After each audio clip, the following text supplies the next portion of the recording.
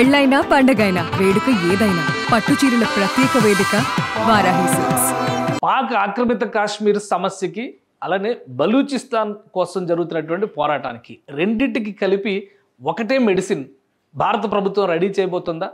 దీనికి అవుననే సంకేతాలు కనిపిస్తున్నాయి. ప్రధానంగా అటు ఆఫ్ఘనిస్తాన్తో ఇటు ఇరాన్తో సంబంధ బాంధవ్యాల్ని బలోపేతం చేసేటువంటి ఎత్తుగడని భారత ప్రభుత్వం అమలు చేస్తున్న సంకేతాలు చాలా స్పష్టంగా ఉన్నాయి.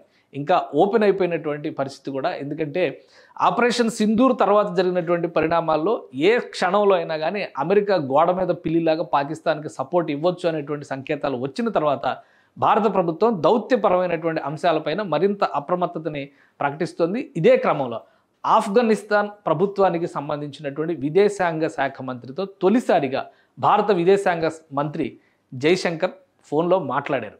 ఇప్పటివరకు ఆఫ్ఘనిస్తాన్లో ఏర్పడినటువంటి తాలిబాన్ ప్రభుత్వాన్ని చాలా దేశాలు, ప్రపంచ దేశాలు గుర్తించలేదు. ఇరాన్ లాంటి చుట్టుపక్కల ఉన్న 2-3 దేశాలు మినహా పెద్దగా తాలిబాన్ ప్రభుత్వానికి ఇతర దేశాలతో సంబంధాలు లేవు. భారత్ గుర్తించాలనేటువంటి విజ్ఞప్తిని చేస్తూ అనేక దఫాలుగా చర్చలు జరిగినాయి. ఈ క్రమంలో దుబాయ్లో భారత విదేశాంగ శాఖ కార్యదర్శులతో కానీ ప్రతినిధులతో కానీ ఆఫ్ఘన్ ప్రభుత్వం చర్చలు కూడా జరిపింది. కానీ ఏది అధికారికంగా రిలీజ్ చేసినటువంటి అంశం లేదు. కానీ తొలిసారిగా మన విదేశాంగ శాఖ మంత్రి జైశంకర్ ఒక ట్వీట్ చేశారు. ఆఫ్ఘనిస్తాన్ మంత్రితో మాట్లాడినటువంటి విషయాన్ని స్వయంగా వెల్లడించారు. ఆయన ఏం చెప్పారు, దీనివల్ల భారత రాజకీయాలకు కానీ భారతదేశం ప్రస్తుతం చేస్తున్నటువంటి ఆపరేషన్ సింధూర్కి కానీ కలిసి వచ్చేటువంటి అంశాలేంటి ఒకసారి విశ్లేషించేటువంటి ప్రయత్నం చేద్దాం. ఇది X handle doctor yes Jaishankar, మన విదేశాంగ శాఖ మంత్రి. ఆయన ఒక మెన్షన్ చేశారు. ఇవాళ ఈ డిస్కషన్కి సంబంధించినటువంటి అంశాన్ని ప్రస్తావించారు. Good conversation with acting Afghan foreign minister Maulavi Amir Khan Muttaqi this evening. అంటే రాత్రి జరిగినటువంటి సంభాషణకు సంబంధించినటువంటి అంశం. అలానే deeply appreciate his condemnation of the Pahalgam terrorist attack. Pahalgam terrorist attack జరిగిన వెంటనే తీవ్రవాద చర్యలు ఏ రూపంలో ఉన్నా ఖండించాల్సిందే. పైగా అమాయక టూరిస్టుల పైన దాడికి పాల్పడడం హేయమైన చర్య అంటూ ఆఫ్ఘన్ ప్రభుత్వం ఖండించింది. దానికి తగ్గట్టుగా భారత్కి కావాల్సినటువంటి సాయం అందించడానికి కూడా మేము సిద్ధంగా ఉన్నామనేటువంటి సంసిద్ధతను వ్యక్తం చేసింది. సో ఆ అంశాన్ని ప్రస్తావిస్తూ ఆయన ఇక్కడ పెట్టారు.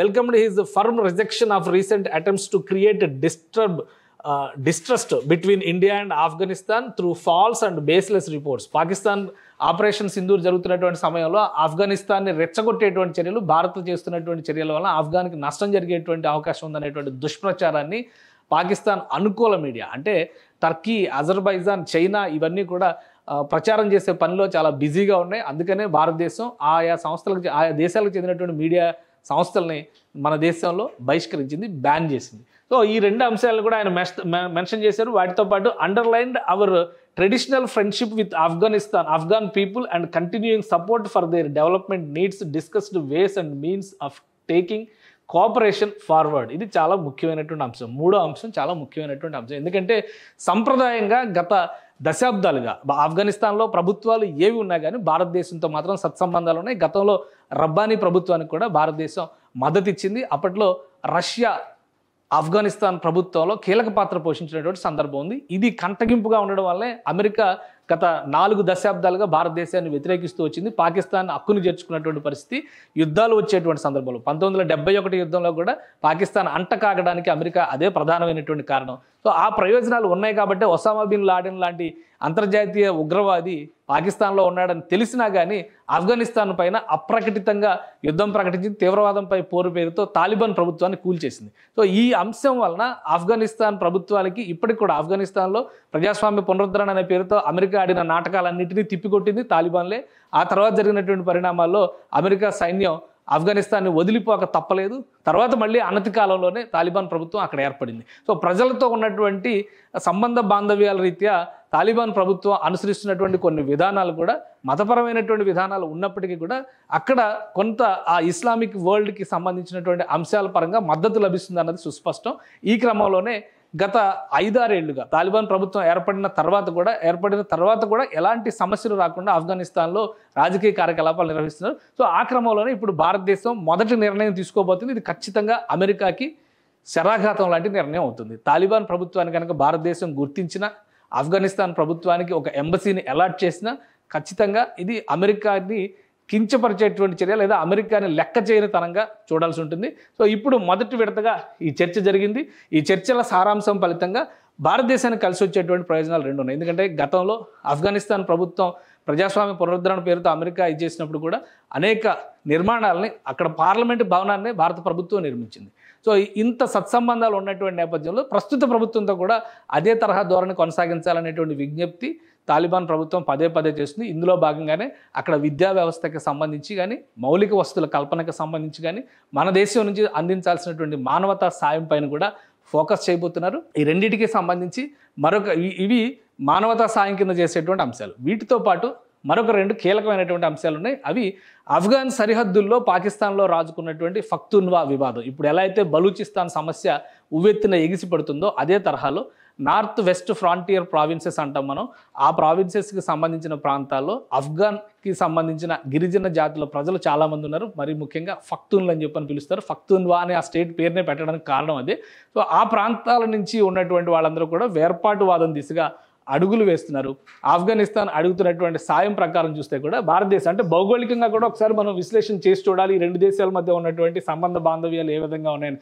అసలు ఆక్రమిత కాశ్మీర్ అనేటువంటి అంశం సమస్య లేకపోతే, అది ఆక్రమిత కాశ్మీర్ పాకిస్తాన్ నియంత్రణలో కనుక లేకపోతే ఆఫ్ఘనిస్తాన్కి ఇండియాకి సరిహద్దులు ఉండేటువంటి అవకాశం ఉంది. రాకపోకలకి అవకాశం ఏర్పాటు చేయడానికి ఇది పూర్తి మ్యాప్ మనం చూస్తే కనుక జమ్మూ కాశ్మీర్ పూర్తి మ్యాప్. ప్రస్తుతం ఇది ఆఫ్ఘనిస్తాన్కి సంబంధించినటువంటి ప్రాంతం. ఇక్కడ కాశ్మీర్లో ఆఫ్ఘనిస్తాన్ సరిహద్దులు రాసుకుని వెళ్తున్నటువంటి పరిస్థితి ఉంది. అంటే ఇక్కడ నుంచి రాకపోకలకి అవకాశం ఉంటుంది. కానీ ఎప్పుడైతే జమ్మూ కాశ్మీర్లో ఆక్రమిత కాశ్మీర్ పేరుతో ఈ ప్రాంతం మొత్తాన్ని కూడా పాకిస్తాన్ ఆక్రమించుకుందో ఈ సమస్య మరింత జటిలం అవుతూ ఉంది.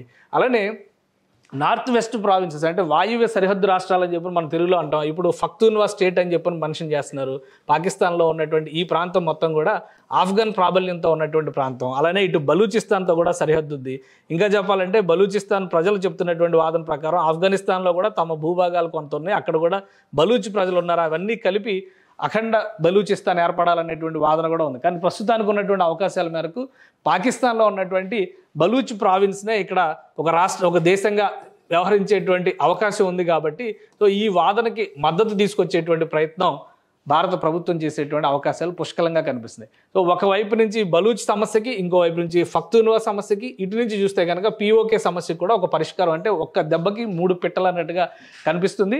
భారత ప్రభుత్వం శత్రువు మిత్రుడు అనేటువంటి నినాదాన్ని ఇప్పుడు అమలు చేసేటువంటి ఎత్తుగడ వేస్తుంది. ఆఫ్ఘనిస్తాన్తో ఇవి తొలి దశ ప్రాథమిక చర్చలుగా, సంభాషణలుగా మనం చూడాల్సి ఉంటుంది. అలానే ఇరాన్తో కూడా, అమెరికా వర్సెస్ ఇరాన్ జరుగుతున్నటువంటి సంఘర్షణలో ఇరాన్తో కూడా భారతదేశం సత్సంబంధాలు మెయింటైన్ చేస్తుంది. ఇరాన్ పైన ఇజ్రాయెల్ అటాక్స్ తర్వాత తొలిసారిగా ఇరాన్ రాయబారులు, ఇరాన్ ప్రతినిధులు భారతదేశంతో సంప్రదింపులు జరుపుతున్నట్టుగా తెలుస్తుంది. వారితో కూడా భేటీలు ఉంటాయా, సంభాషణలు మాత్రమే ఉంటాయా, అక్కడ కూడా అనుకూలత ఏ విధంగా తీసుకురావాలి. ఇరాన్ కూడా ఇన్వాల్వ్ అయితే ఇరాన్ ఈ పక్కనే ఉంటుంది. సో ఇరాన్తో కూడా బలూచిస్తాన్కి సరిహద్దు ఉంది. ఒకవైపు బలూచిస్తాన్ సమస్యతో పాటు పాకిస్తాన్ని అదుపు చేయడానికి కూడా పాకిస్తాన్కి ఇరాన్కి కూడా పడదు. వాస్తవానికి ఇస్లామిక్ నేషన్ అయినా కానీ దాని చుట్టుపక్కల ఉన్నటువంటి ఏ దేశాలతో, ఆఫ్ఘనిస్తాన్తో పడదు, ఇరాన్తో పడదు, ఇంక మిగతా దేశాలతో అసలు చెప్పక్కర్లేదు. సౌదీ లాంటి దేశాలు అయితే దగ్గర కూడా తీసేటువంటి పరిస్థితి లేదు. కేవలం ఇస్లాం అనే పేరుతో తీవ్రవాదాన్ని ఎక్స్పోర్ట్ చేస్తుంది పాకిస్తాన్ అనేటువంటి విమర్శలనే పెద్ద ఎత్తున పాకిస్తాన్ ప్రభుత్వం ఇప్పటివరకు ఎదుర్కొంటుంది. కాబట్టి వ్యూహాత్మకంగా శత్రువుకి శత్రువు మిత్రుడు అనేటువంటి నినాదాన్ని అమలు చేస్తూ ఆఫ్ఘనిస్తాన్ని, ఇరాన్ని దగ్గర చేసుకునేటువంటి ప్రయత్నం భారత ప్రభుత్వం చేస్తుంది. ఈ దౌత్య యుద్ధంలో మొదటి అడుగు పడినట్టుగానే మనం చూడొచ్చు. ఆఫ్ఘనిస్తాన్తో మొదటి విడత సంప్రదింపులు పూర్తయినాయి. కాబట్టి తదుపరి చర్యలు ఏ విధంగా ఉంటాయో వేచి చూడాలి. సుమన్ టీవీలో మీ పర్సనల్ అండ్ బిజినెస్ ప్రమోషన్స్ కోసం కింది నెంబర్కి కాంటాక్ట్ చేయండి.